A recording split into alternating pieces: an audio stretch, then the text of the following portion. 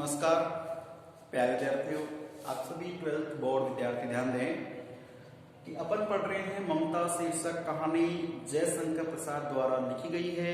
और जयशंकर प्रसाद एक बहुत ही हिंदी भाषा के साहित्य के क्षेत्र में सुप्रसिद्ध लेखक और कवि दोनों भूमिकाओं में खड़े उतरे हैं और जिनका मैं आपको व्यक्तित्व और कर्तृत्व बता चुका हूँ।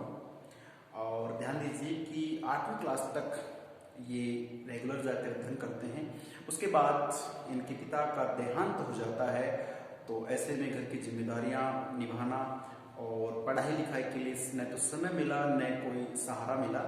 और घर पर ही रहकर इन्होंने जैसे हिंदी, अंग्रेजी और संस्कृत 3 तो आप जानते ही हैं, उर्दू और पाली भाषा का भी इन्होंने अध्ययन घर पे ही किया है। और अध्ययन का मतलब ऐसा नहीं कि भाई पढ़ लिया और इस तरह से संपूर्णता उसमें प्राप्त करना, इतनी भाषाओं को जानना, बोलना, समझना, कितना मतलब उन्होंने देखिए आज की मेमोरी के हिसाब से देखें तो अपन तो बस अपने जो सब्जेक्ट्स हैं उनको लेकर ही कि ये कंप्लीट नहीं होते, तो उन्होंने उस समय में कितना कुछ किया। तो हमें देखो, जब भी मैं कहता हूँ कोई भी पाठ पढ़ते हैं तो प्रत्येक पाठ से हमें मतलब इस प्रकार की कुछ इंस्पायरेशन लेनी चाहिए, कुछ शिक्षा लेनी चाहिए कि उसके बाद हमारी लाइफ में कुछ बदलाव आए। तो ममता में मैं बार बार जिक्र कर चुका हूँ कि ममता कर्तव्य परायणता, त्याग और बलिदान की कहानी है। कर्तव्य परायण कौन है, किसने भी कर्तव्य निभाया है और कितना त्याग किया है, कितना बलिदान इसमें देखने को मिल रहा है, वो सारी बातें जानना हमारे लिए जरूरी है। प्यारे विद्यार्थियों, हम पढ़ रहे थे ममता पाठ का ये अगला वीडियो जो है कि हुमायूं का निर्देश। हुमायूं जो शेरशाह से युद्ध करते समय घायल अवस्था में रात्रि के समय मतलब बचता बचाता हुआ अपने आप को सुरक्षित पाने के लिए, अपने प्राणों की रक्षा के लिए कहाँ पहुंचता है, ये वो जो मैंने बताया था आपको, जो काशी के उत्तर में जो एक खंडर है, उस खंडरों में एक झोपड़ी बनाकर रहती है ममता।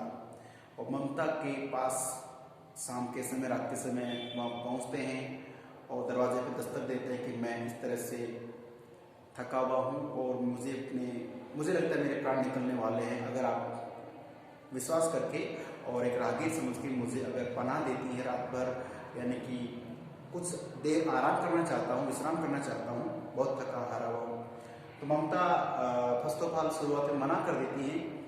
लेकिन अंततः ममता किस बात को लेकर, अतिथि सत्कार धर्म, ये था एक टॉपिक था। उनकी माँ, उनके पिता ने सिखाया था कि हमें हमेशा जिंदगी में अतिथियों का, अपने से बड़ों का मान सम्मान करना चाहिए।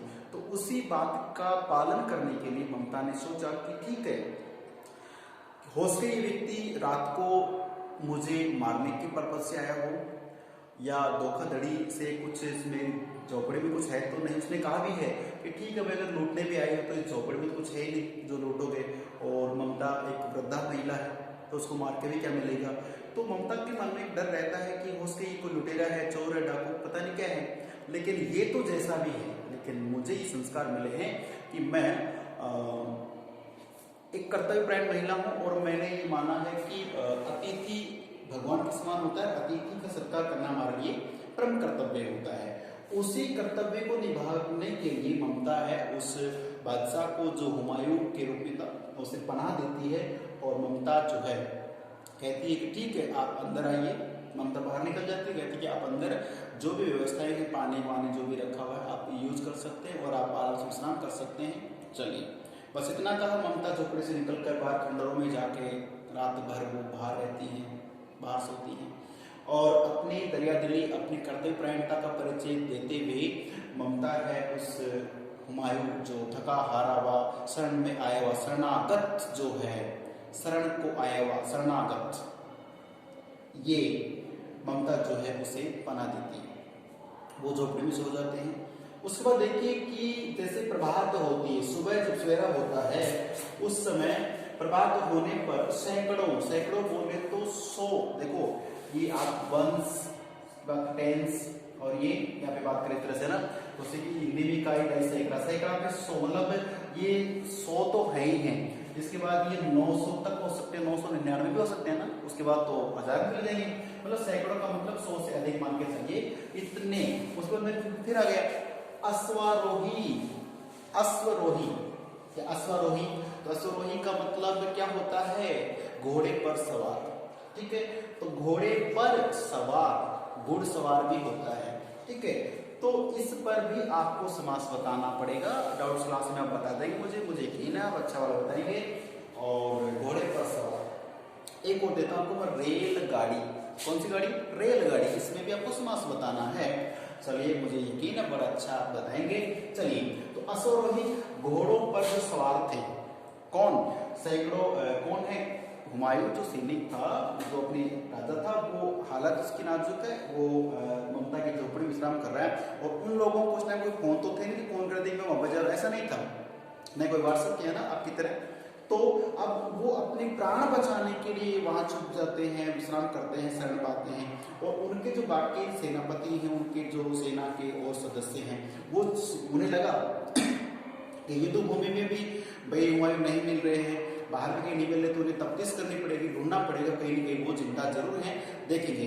तो वहाँ क्योंकि आप जानते हो कि घोड़े की जो टाप होती है, खुर जो साइन होते हैं, संकेत होते हैं, उनको देखते देखते पता लगाते, और ये पहले के लोग भी बहुत एक्सपर्ट थे।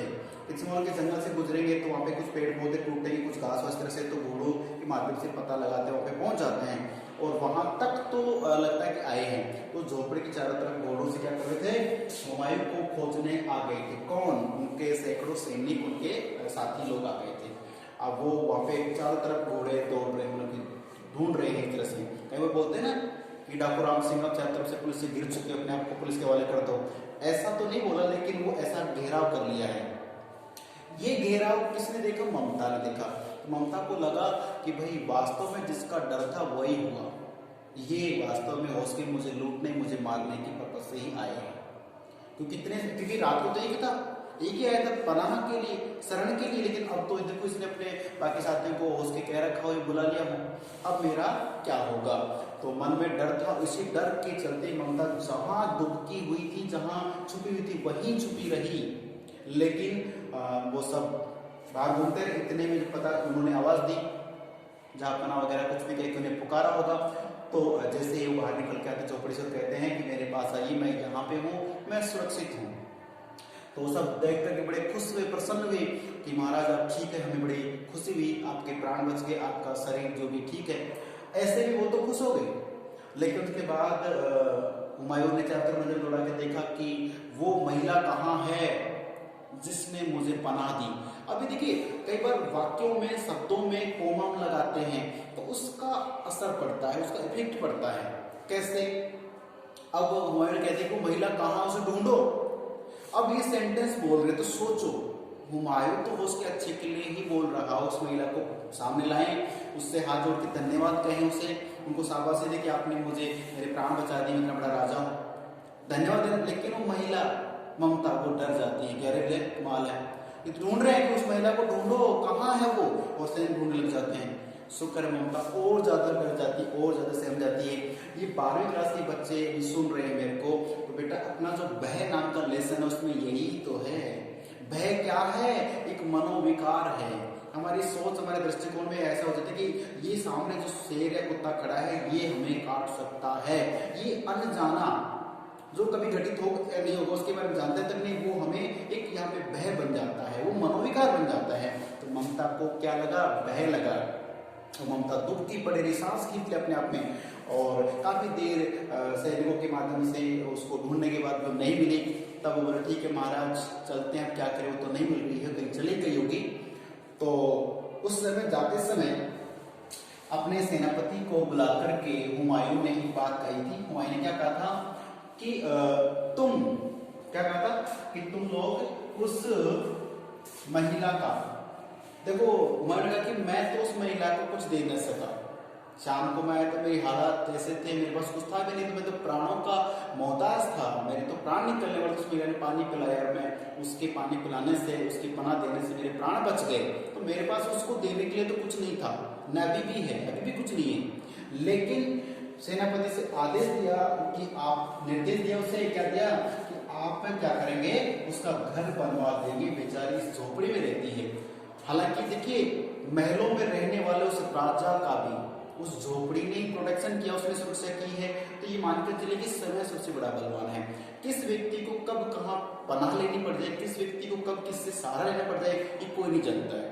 ठीक है, हमारे एक संत हैं, भारत में ही हैं, बहुत नामी संत हुए हैं, उनके ऐसा कहते हैं, मीडिया के माध्यम पता चला कि 2-2 हेलीकॉप्टर्स थे उनके पास में, कहीं आना जाना होता है ना, हेलीकॉप्टर में जाते थे, पर्सनल, अब हजारों करोड़ रुपए में खरीदे जाते हैं हेलीकॉप्टर्स, एक समय तो 2-2 हेलीकॉप्टर्स थे, और आज वो शायद उसके जेल में है, और पुलिस वालों की जीप में, पुलिस वालों की गाड़ी में कुर्सी, वो सीट छोटी होती है तो उनको नीचे बैठ जाना पड़ता है, पुलिस वाले बैठे उनके सामने उनके पैरों में बैठना पड़ता है। सोचिए, ये वक्त है, किसी को कुछ भी दिखा सकता है। तो ध्यान दें कि राजमहलों में रहने वाले जो राजा है वो झोपड़ी में पनाह लेते हैं, और बाद में ये कहते हैं इस महिला का आप घर बनवा देना। यहाँ तक हमने देखा, जाना, पहचाना, अब ये तो चले गए, उसके बाद उसका घर बनाया जाता है या नहीं बनाया जाता है, किस तरीके का घर बनाया जाएगा, क्या कुछ कहा जाएगा, जानने के लिए जानना जरूरी है। अगला वीडियो, तब तक के लिए नमस्कार, धन्यवाद।